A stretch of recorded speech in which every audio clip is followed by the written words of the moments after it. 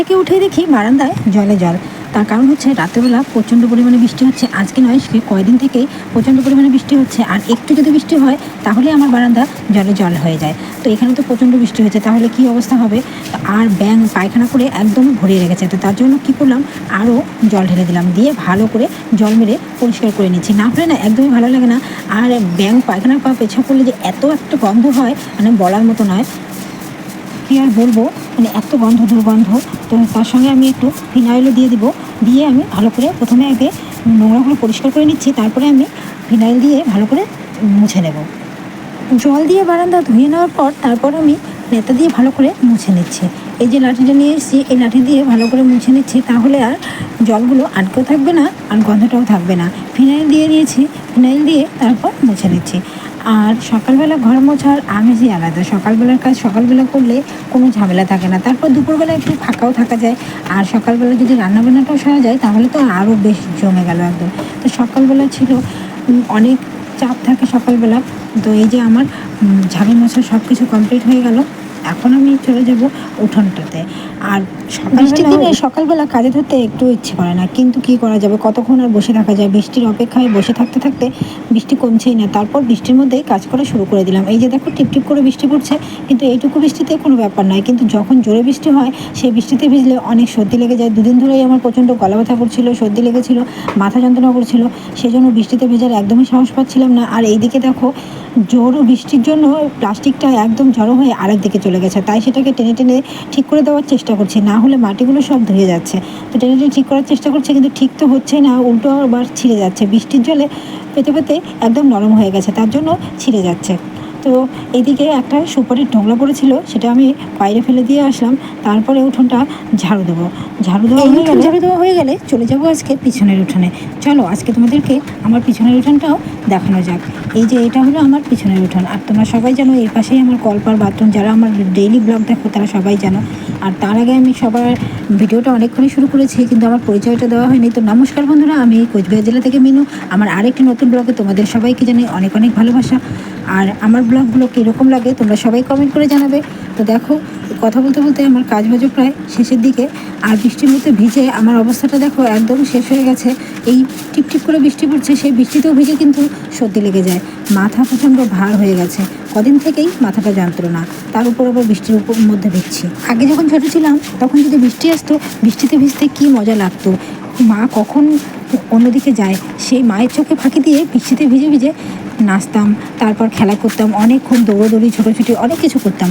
আর এখন দেখো, বৃষ্টি দেখলেও ভিজতে ইচ্ছে করে না। তাহলে মনে হয় যে সেই আগের দিনগুলো যদি আবার ফিরে আসতো, আবার বুঝি সেরকম করে আনন্দ করতে পারতাম, তাহলে কতই না ভালো হতো। এখন অনেক বড় হয়ে গেছে, তাই না? এখন সংসারের জামাই পড়ে গেছি। আর এখন মনে হয় এখন যদি আমি ভিজি, একটু যদি শরীর খারাপ করে, তাহলে আমার সংসারের কাজ করবে কে, আমাকে করে খাওয়াবে কে, এসব মনে হয়। আর তখন কি হয়েছিল, তখন মনে হয়েছিল বৃষ্টিতে ভেজা মানে আনন্দ আর আনন্দ, শুধু আনন্দ করি, মজা করি, এভাবেই জীবন কাটায়।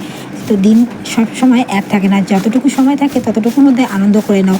কে বলতে পারবে যে আগামী দিনগুলো তোমার জীবনে কীরকম হয়। তো সেই জন্য যেটুকু সময় পাবে আনন্দ করে নেবে, উপভোগ করে নেবে, তাহলে মনটাও ভালো থাকবে আর কাজেরও এনার্জি আসবে। আর আমি সেই জন্যই ভিডিও করি। আমার ভিডিও করতে ভীষণই ভালো লাগে। যতটাই আমি কাজের চাপ থাক না কেন, আমি তার মধ্যেও ভিডিও বানাই। তার কারণ ভিডিও করলে মন ভালো থাকে। আর ভিডিওর মাধ্যমে অনেক কিছু জানা যায়, একে অপরের সঙ্গে পরিচিত হওয়া যায়। তো সেই জন্য আমি ভিডিও করি। আর আমার ভিডিও দেখে কে কী বললো আমার কিছু যায় আসে না। আমি গ্রামের মেয়ে আর গ্রামের বউ, তো আমার গ্রামের কাজবাজ দেখাতেই আমি বেশি ভালোবাসি। আর আমি তো শহরে থাকি না, তাহলে আমি শহরের কাজ কীভাবে দেখাবো? আমি তো গ্রামে থাকি। আর এতে কোনো লজ্জা নেই। আমার বাড়ির কাজ যদি আমি ভিডিওর মাধ্যমে লোকের সামনে তুলে ধরি, সেখানে আমার কোনো লজ্জা নেই। আমি তো লোকের বাড়ি গিয়ে কাজ করছি না বাবা, আমি তো নিজের বাড়িতে কাজ করছি, তাহলে লজ্জা কিসের? কে কী বলে বলুক, আমি ভিডিও বানাই। তো এরপর চলে আসি আবারও কাজের কথায়। কার কার বৃষ্টিতে ভিজতে ভালো লাগে কমেন্ট করে জানাবে কিন্তু। আর আমার কিন্তু বৃষ্টিতে ভিজতে ভালোই লাগে, কিন্তু ওই যে বললাম সর্দির ভয়ে আর বৃষ্টিতে ভিজতে ইচ্ছে করে না। তো কথা বলতে বলতে আমার উঠোনটা কিন্তু ঝাড়ু দেওয়া হয়েই গেছে। আর জল পড়লে উঠোনে কিন্তু পাতাগুলো একদম চিপকে চিপকে বসে যায়, তার জন্য উঠোন ঝাড়ু দিতে অনেকটাই সময় লাগে। আর আমার বাড়িতে আছে ঘূর্ণিমের গাছ, তো সেই ঘূর্ণিমের পাতাগুলো হয় ছোট ছোট, সেগুলো তুলতে কিন্তু প্রচুর সময় লাগে। খুঁটিয়ে খুঁটিয়ে ঝাড়ু দিতে প্রায় আমার দুটো উঠোন 2 ঘন্টা লেগেই যায়। তার আগে আমি উঠোন ঝাড়ু দিয়ে বের হতেই পারি না।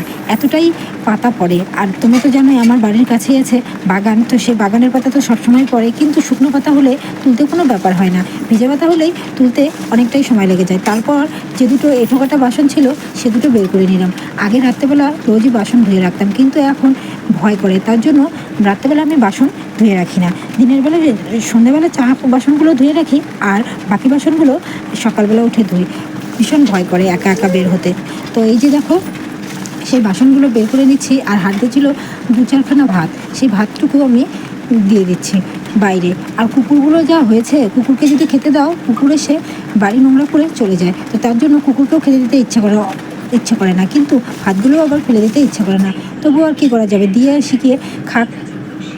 আর এই যে দেখো আমার মশারির লাট, এগুলো সব বানানো হয়ে গেছে, আর এগুলো এখন দেওয়ার পালা।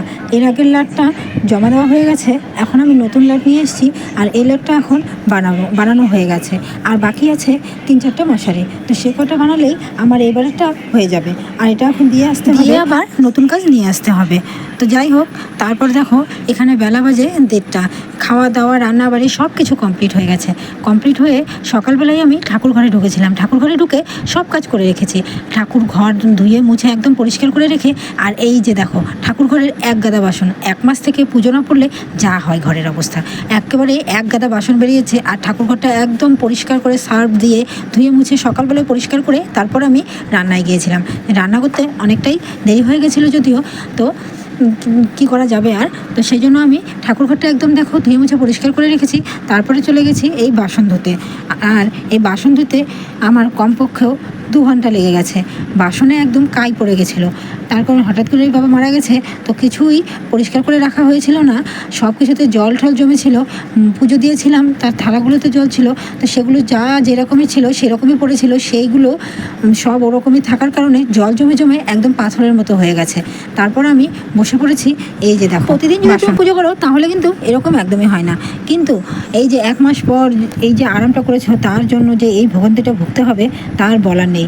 এত নোংরা হয়েছে, ঘর দিয়ে মনে হচ্ছিল কাদা বেরোচ্ছে, আর একদম টিকটিকি বাসা বেঁধেছে, তারপর ইঁদুরে বাসা বেঁধেছে, মানে যাতা অবস্থা। তো তারপর আমি সব কিছু সেরে আমি বসে পড়েছি এই বাসন মাজতে। না হলে আমার কাল ছিল মঙ্গলবার, তো মঙ্গলবারের দিন পুজো করতে আমার অনেকটাই দেরি হয়ে যাবে। তো সেই জন্য আমি আগের দিনই সব করে রেখেছি, যাতে আমার পরের দিন তাড়াতাড়ি হয়ে যায়। আর এই যে দেখো ঘুম থেকে উঠে একা হাতে সব কিছু সামলানো যে কতটা চাপের সেটা আর বলে বোঝাতে পারবো না।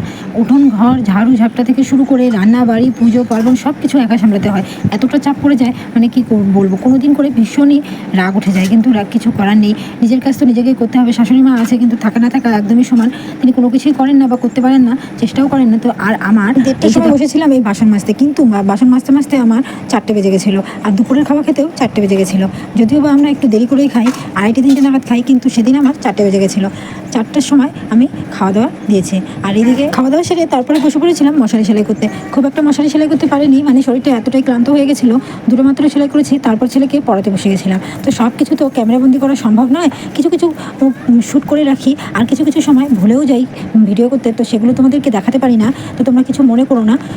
কালকে যেহেতু পূর্ণিমা ছিল, তাই বাবার অস্থিটা তুলে আবার শোধন করে রাখছিল আমার বর। তো এই যে দেখো অস্থিটা শোধন করে রাখছে, যাতে কোনো দোষ না পায়, তো সেই জন্য ও তুলে শোধন করে রাখছে। আর আমি এইদিকে ঠাকুরঘরটা একদম চকচকে পরিষ্কার করে রেখে দিয়েছি, সব বাসন মাজা হয়ে গেছে। এই যে দেখো বাসন টাসন সব কিছু একদম পরিষ্কার করে ঝকঝকে করে রেখে দিয়েছি, কালকে শুধু পুজো করার পালা। বাহ, মাথার থেকে একটা বোঝা কমে গেল।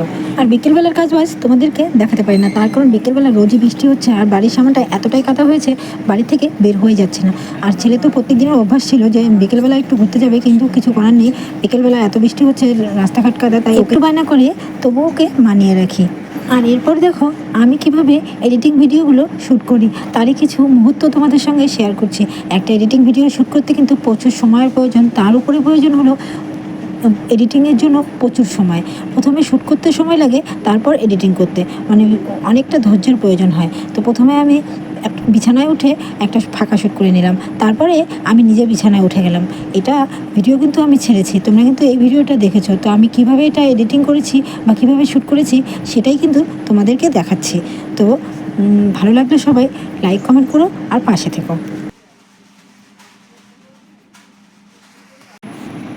ওই যে তোমাদেরকে বললাম না, সব মশারি কিন্তু সেলাই করা হয়ে গেছে, আর বাকি এই 4টে মশারি আছে। এখন এই 4টে আমি এখন সেলাই করতে বসে পড়বো। তো এই 4টে সেলাই করলেই আমার এবারের মতো কাজ দেওয়া কমপ্লিট হয়ে যাবে। তো এই 4টে সেলাই করে নেব, তারপর তোমাদের সঙ্গে বসে একটু লাইক কমেন্ট করে আড্ডা দেবো। তো আমার আজকের ভিডিওটা আমার এই পর্যন্তই। সবাই ভালো থেকো, সুস্থ থেকো এই কামনা করি। তো সবাইকে জানাই আমার নমস্কার।